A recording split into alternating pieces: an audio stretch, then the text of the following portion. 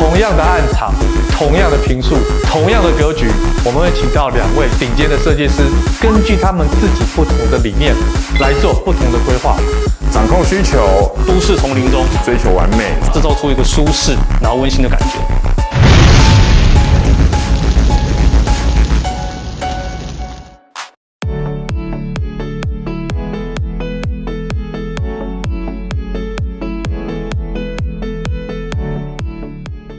轻松点一点，装潢简单点。Hello， 大家好，我是 Jordan。大家好，我是泰源。哇，今天好开心哈，能够请到我们的房仲作家泰源，是，谢谢。来跟 Jordan 一起哈，来毛坯屋的现场。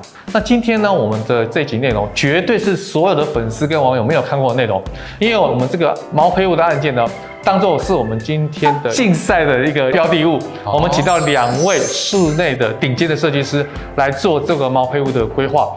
我们的预算呢要在400万以内哦，400万，400万以内。然后呢，我们会有一对中年的夫妻，是有一个届龄高中的这个青少年的儿子。那规划什么呢？就是透过这个物件，标准的坪数、标准的大小，还有标准的格局，但是2位不同的设计师呢，根据他们自己的设计理念做不同的规划。那我这边呢，就先请蔡源，是不是可以先介绍一下这个毛坯屋的所有的概况？好，那因为呢，这个毛坯屋没有什么特别好过多介绍的，没错，都是公的。第一个我要强调的是，它的门牌号码其实是林森北路。等一下，林森北路，哎，我印象那个林森北路吗？就是应该是说是很多人都会印象的那种林森北路，对，就是花花绿绿那边吗？对，但没有。哦，不是，我要强调的是，这个林森北路它是南京东路以北的。而不是南京东路以南的林森北路。所以以南的话就很多这种。对，所以它不是条通商圈。OK。所以你如果讲条通，我可能比较有兴趣。对。所以呢，它的环境是相对 OK 的。OK， 对。好，接下来这个房子还有一个重点，在里面还没装潢装修之前，外面的景观就非常吸睛了。我看到了。整面主要采光面朝北就是远眺圆山大饭店。好，四面环山。那更重要的是，真美，它连朝东的主卧室看出去也可以远眺101大楼。所以等于说这个房子是大直这一块一直连到101这边，全部美景尽收眼底。没错，主要的地标你都看得到。你看每天早上起来，如果看到这么好的景观对啊，老实讲，疫情的当下心情好多了，心旷神怡。很棒。OK， 好，那非常感谢泰源的一些基本介绍哈。所以我真的把它称之为是一个豪宅，就是这样。接下来我们就会请到2位设计师呢，针对他们自己的专业，来做一些所谓的丈量啊、规划，还有一些所谓的看一些格局可以让做什么样的变化，好不好？好。最后再麻烦，我好期待哦。最后再麻烦泰源跟我们做裁判。好，评评哪个你最喜欢，好不好 ？OK。好，那我们就制作了。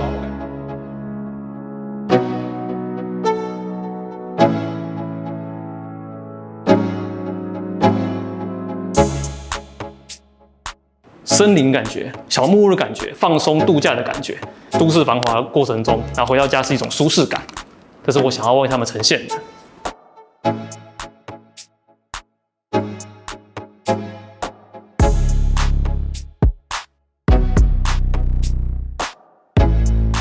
因为业主这次他们是2次换房，所以我会强调一些比较奢华、比较是饭店宅，带一点石材、带点木纹理的 remix 协调感。听说有另外一位设计师要一起跟我来设计这间毛坯屋，那我是希望他可以让我有一点参加比赛的感觉。本身因为我其实从高中的时候就开始是读专科设计的，那这位设计师不要拉低我们对设计业界的格调，可以就是不要让我觉得好像只是我单纯一个人在分享我的案子。毕竟这个地段，他说真的也算是豪宅等级，其实不是说一些543的设计师可以在这边做设计的。标准的坪数、标准的大小、标准的格局，2位不同的设计师呢，根据他们自己的设计理念做不同的规划，掌控需求，都市丛林中追求完美，制造出一个舒适然后温馨的感觉。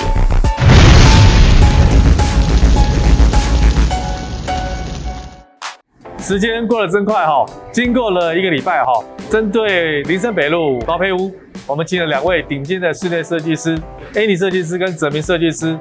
泽明设计师呢，主要是以北欧风为主，是强调以收纳功能来做一个设计。那么 Annie 设计师呢，是以现代风为主，舒适的生活的角度出发来做规划设计。今天我们就来见真晓。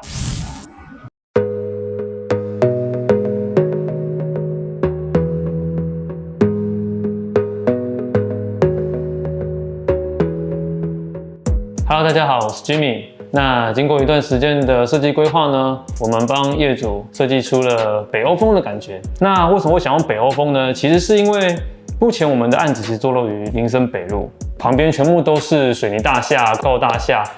我们想要让业主他有一种小木屋的感觉，回到森林的感觉，而不是冰冷冷的水泥感。回到家的时候可以比较舒适、比较温馨。首先呢，我们就先来看我们的客厅空间。那客厅呢，其实最主要就是这个比较特别的电视墙，并没有我们比较常见的电视柜的摆设，因为我们把电视柜呢挪到了左边。那目标是什么呢？目标其实是希望让我们整个客厅空间看起来更加的宽广。那无论是我们未来可能常常在玩的 Switch 啦、PS5 啦，它其实是会需要一个很大的空间的。那我们把电视墙整个整平，让客厅空间看起来更宽广、更大。相对来讲也会比较舒适一点。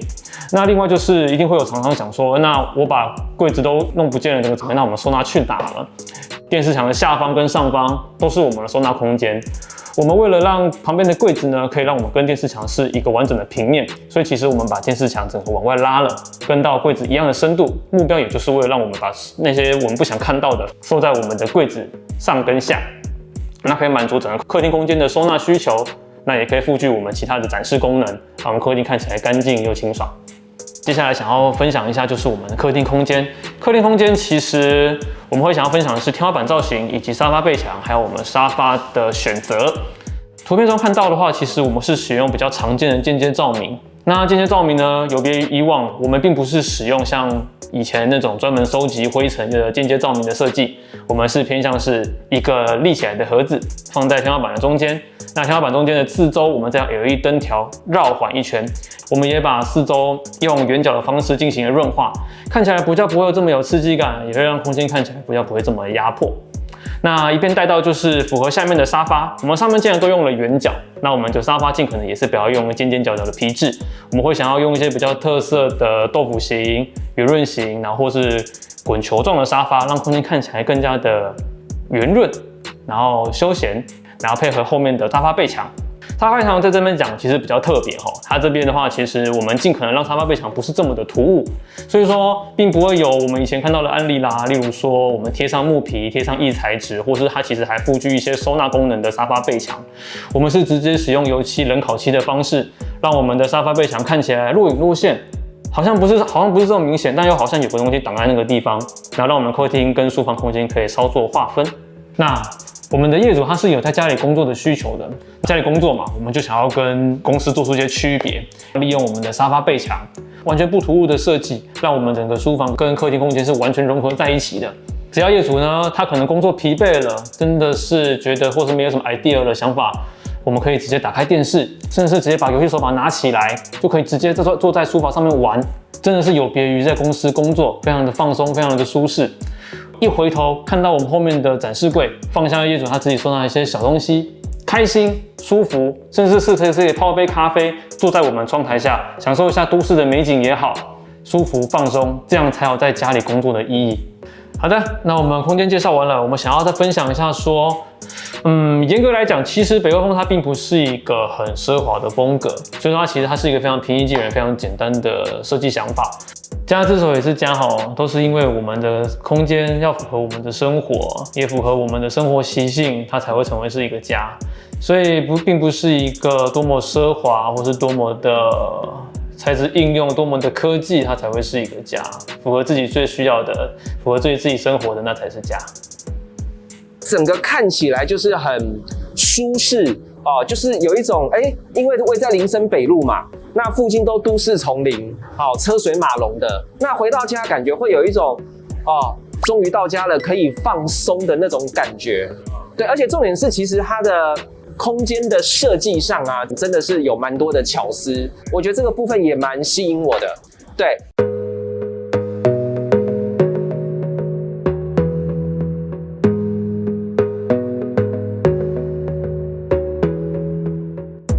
大家好，我是 Andy。其实我这次设计的是一个我们现代风格结合奢华效果，然后让异材质去做结合，符合业主他这里的身份地位。那本身林森北路这个位置，它其实坐落于豪宅区域，包含说它可以看到我们101的风景。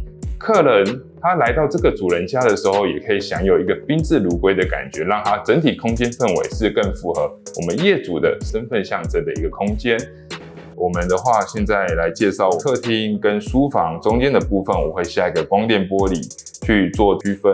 那光电玻璃是什么呢？光电玻璃它其实是一个通电效果之后，它会变成雾化的效果，它是从外面是看不到里面去的，那它变成是我们设计形式上的一种加衣房的形式。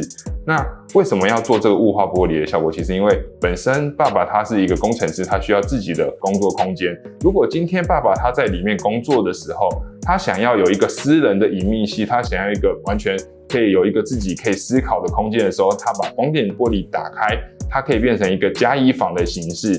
那如果今天爸爸想要跟我们客厅的亲戚朋友、小孩子、妈妈去聊天、去沟通的时候，我们可以把光电玻璃给关掉，它就会变成一个穿透感，变成一个开放性十足的整体效果这样子。那背墙的部分为什么会有一些分割性呢？就是因为说靠左的部分我们会有一个掀床，拉下来的时候，爸爸如果长时间在这里工作，避免说吵到我们在主卧房睡觉的妈妈，他可以在这个地方去做一个些微的休息，去做一个我们想法的转换，在这个地方也会更舒适，属于他自己私人的小天地这样子。那个小空间啊，其实这是我需要的。如果是一个父亲，对，那他是远距工作的，没错。这个书房哦，不但是他的天地，对，也是他可以休息、放松、工作3合1的一个地方。没错，我个人非常喜欢。再来，我们大家一起看客厅的这个空间整体的设计效果。我们目前从天花板开始看的话，我们会使用2种材质的结合。第一，木皮的材质跟油漆的材质，它其实变成说，木皮它的纹理相较之下比较凸显重色系，但是天花板我们采用了油漆的材质去让它变成说浅色系的感觉，整体的设计感更加的宽敞，更加的明亮。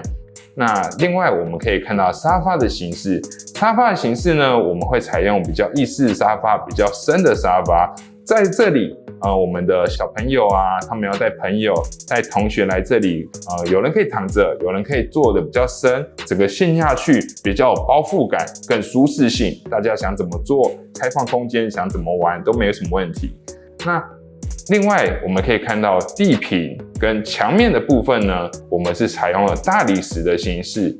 而大理石的形式呢，其实很多人会觉得说颜色太过重啊，或太过花，但是我们其实就是把比较重色系花的纹路给压在地坪，那它整体氛围效果不会让它这么的轻浮，让它更加的沉稳。但是墙面的部分，我们在采用白色的大理石质感，让它变成说我们还有一种跳色的氛围，中间木纹去做一个断点，2个颜色不会连在一起，那它整体氛围效果更加的现代，比较属于我们的混搭奢华风的感觉这样子。那大家可以看到我们整体空间的设计呢，其实还有包含了智能家居的系统。我们今天只要一个声控，只要一个手机的动作，调灯光啊、光窗帘啊，我们回家之前先打开空调，让整体回家的时候我们可以更加的舒适。这就是我们智能家居系统。那智能家居系统其实它是坐在一个无形的空间，它是坐在一个无形的地方。我们水电一开始就必须去做跟我们智能家居去做结合，去做协调，所以它会是比较在我们的预算内是比较隐秘的部分，它是看不到的。那设计的话，其实形式上为什么我们这次使用现代科技宅的概念呢？其实就是因为我们生活上呢，其实很多事情要去烦恼。那为什么我们不让我们生活更加的轻松、更加的简便呢？它的现代感的那个设计的风格的感觉，跟这一栋大楼的外观，跟那个气派程度，还有那个比较像是身份地位的象征的彰显度，是跟大楼外观有点像合而为一，比较 match 的。一个是回到家的感觉，一个是眼睛会为之一亮，比较吸睛，就哇哦，对的那一种，然后跟大楼外观很像。这两个对我来讲就是一个很吸引，然后一个住得很舒服。不行，这一集的重点就是一定要。这个既决生死也分高下，所以一定要有胜负。如果是我硬要选的话，我就会选 Andy 设计师了。我觉得这样讲啊，就是说，如果一定要我选的话啦，以站在一个房仲的身份，然后想说考量好不好卖的这样的一个角度的话啦，如果从这个角度的话，那我就是会选北欧风。那就是我们的泽明设计师。因为泽明设计师北欧风，它的适合的年龄层比较广，在销售上比较有弹性，比较好讲。了解。对。不过我这边也再补充一下因为我们这次的这样的一个切磋，是这样的一个交流呢，就是希望能够让我们的装潢的业主是能够知道说，虽然通常一个物件都会找一位设计师，对，但是我们今天找了2位这么大师级的设计师来做规划呢，也就是说，我们点一点对，最近也推出了一个新的服务，就是帮不管是房仲人员，还是我们的装潢设计师，甚至是我们装潢的业主，提供3D 渲染图绘制的服务。也就是说，像这个是毛坯屋，对不对？对啊。这个毛坯屋呢，用眼睛看是看不出任何东西的。对。但是今天我们这一期呢，2位设计大师都做了3D 渲染图，也就是会很清楚的让装潢的业主知道说，这件风格哪一种是我属意的。低价格高品质，能够让自己选择自己想要的风格。所以我觉得今天是，我也很想讲，没有任何的胜负。是，但是太原选择了泽明设计师，那 Jordan 选择了 Andy 设计师。